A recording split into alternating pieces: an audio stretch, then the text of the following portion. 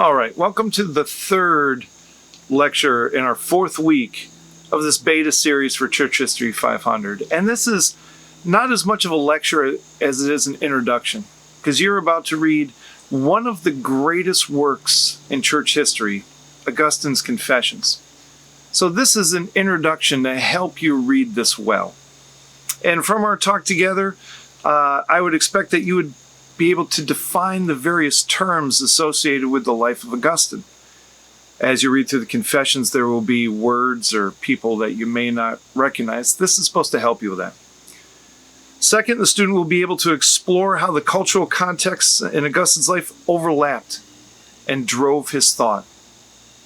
And third, I expect that the student will evaluate the reasons behind Augustine's conversion. All right. So let me introduce briefly the world of St. Augustine. And Augustine, his world, especially his birth, centered in North Africa. And North Africa, during this time period, 4th century, had a number of overlapping worlds. And one of these worlds is the Punic world. And the term Punic comes from the word Phoenician, Punis in Latin. And the Phoenicians were a Semitic people who excelled at sailing, and they covered the Mediterranean shores with various settlements. Probably the most famous is Carthage. Carthage was also the arch enemy of Rome, and it was finally Carthage was finally defeated after 3 what we call Punic Wars, and Rome leveled it and sowed salt into the ground so that could never be revived again until Rome herself revived it in a nearby area. One of the reasons why the Punic people were rivals of Rome is because the Punic people did something well that the Romans did not do well, and that is sailing. You guys may have heard of the Carthaginian general Hannibal, who took his elephants over the Alps and terrorized the boot of Italy until Scipio Africanus finally defeated the Carthaginians. That's the Punic people.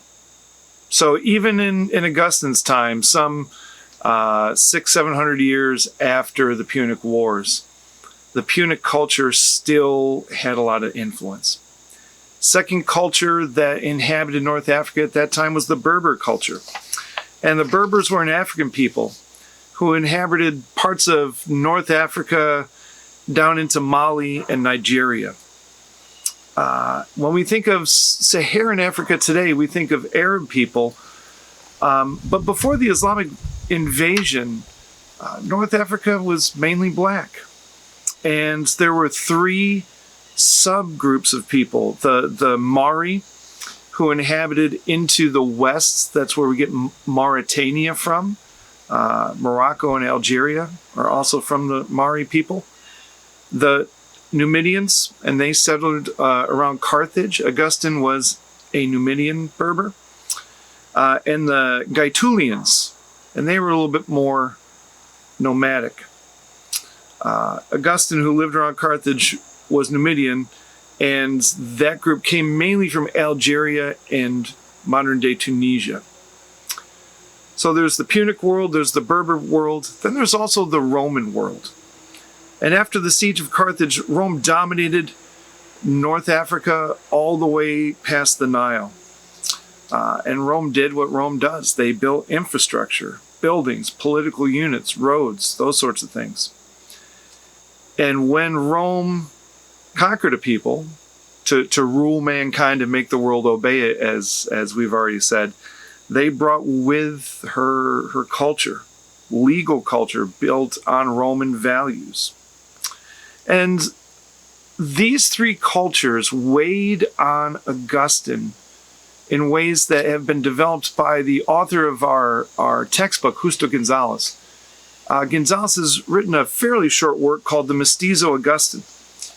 And he talks about how Augustine was this ethnic mixture of these 3 different groups, Punic, Berber, and Roman. And he calls him, Gonzalez calls Augustine mestizo because mestizo refers to mixed race. And Gonzalez himself is Cuban-American, writing from a similar perspective. So he finds Augustine a sympathetic character. And in his treatment of Augustine, he discusses how elements of these three cultures, the Asian culture, which we see through the Punic world, the African culture we see in the Berber world, and the European culture in the Roman world, contributed to Augustine's thought. It also explains some of the conflict within Augustine's thought. So before you tackle the Confessions, let me go through a brief overview of the life of Augustine.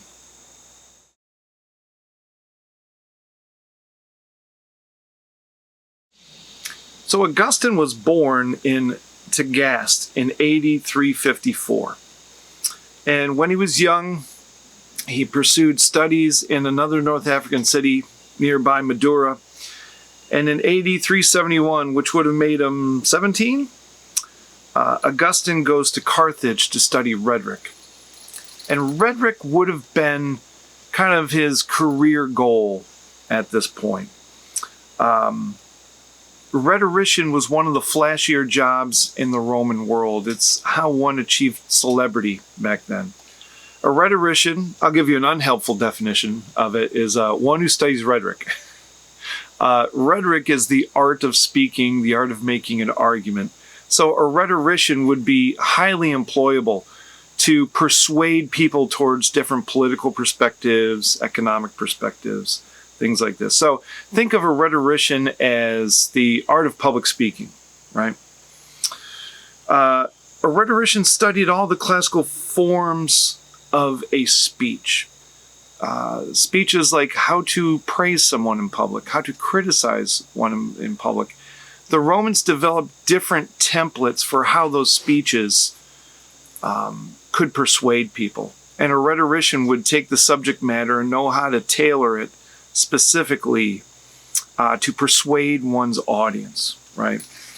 The goal of the philosopher is truth. That is not the goal of the rhetorician. The goal of the rhetorician was eloquence. So Augustine, as a child, studied Latin and Greek. And he read a lot of Latin and Greek stories, not for their literary value, but for their rhetorical value. Now, during Augustine's studies, he came across a famous book by one of the most famous rhetoricians, Cicero. And it's a book that doesn't survive today. It's called the Hortensius. And in this book, Cicero gives this passionate call for people to pursue truth. And Augustine was moved by this. And this kind of became Augustine's thesis statement, if not for the rest of his life, at least throughout the book of the Confessions, that Augustine was launched onto this quest, this journey to pursue truth. And after this, Augustine's Confessions follows Augustine, our hero, on his quest to find truth in a similar and parallel manner that Aeneas was described in the Aeneid as traveling to all these locations in order to found the new Rome. So Augustine, in the Confessions, is actually drawing on Virgil's Aeneid.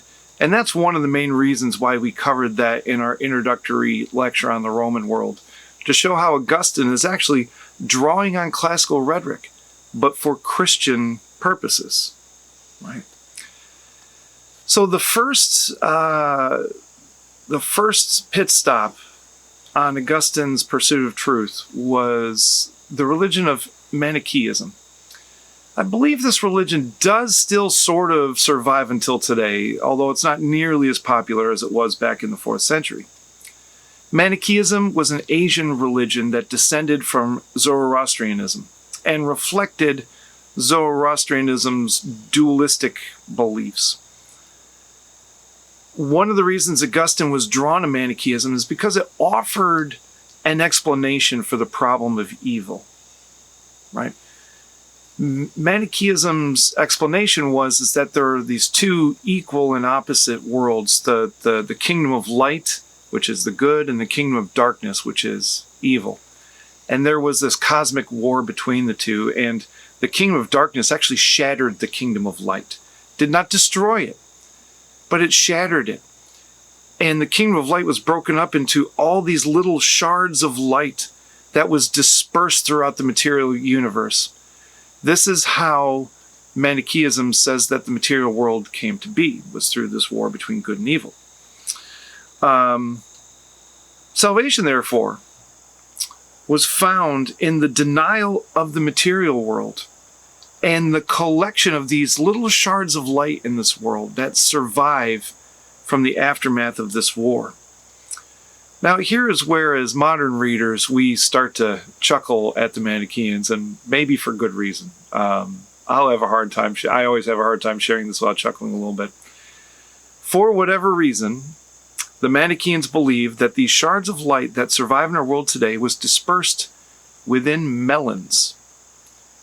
So if salvation was rising above the material, physical, evil world by collecting shards of light, well then one had to eat melons to collect these shards of light. And as we ate melons, that this light would be transferred back up into this cosmic universe. That's also how they described, or they explained the phases of the moon, is that these shards of light that we eat through melons would fill up in the moon, and then it would drain from the moon into an even higher universe. And yeah, I'll be honest, I don't know enough about Manichaeism to know exactly where they got this from, but I have a sneaking suspicion, even if I did know, I'd still chuckle a little bit because it sounds funny to us. But even if it sounds funny, I think you can appreciate that this offered Augustine an answer to the problem of evil. But as Augustine pursued Manichaeism, it proved to be not intellectually satisfying. Augustine had a lot of questions, and none of his other Manichaean friends could answer them, and said, this great Manichaean teacher is coming. Save your questions for when he shows up, and it'll all make sense then. And then the teacher shows up, and Augustine asks all his questions, and it did not satisfy Augustine.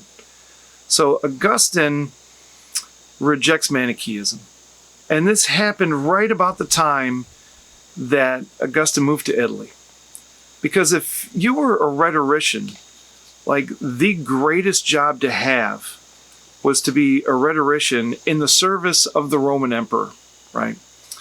And therefore, Augustine traveled to Milan, which is where the Roman emperor was centered at that point, and begins to teach rhetoric. Around this time, Augustine found another pit stop on his road towards the truth. It was no longer Manichaeism, but it was Neoplatonism. Neoplatonism is a version of Platonic thought. A Platonist was a follower of Plato and thought that the essence of reality was in this heavenly realm, right?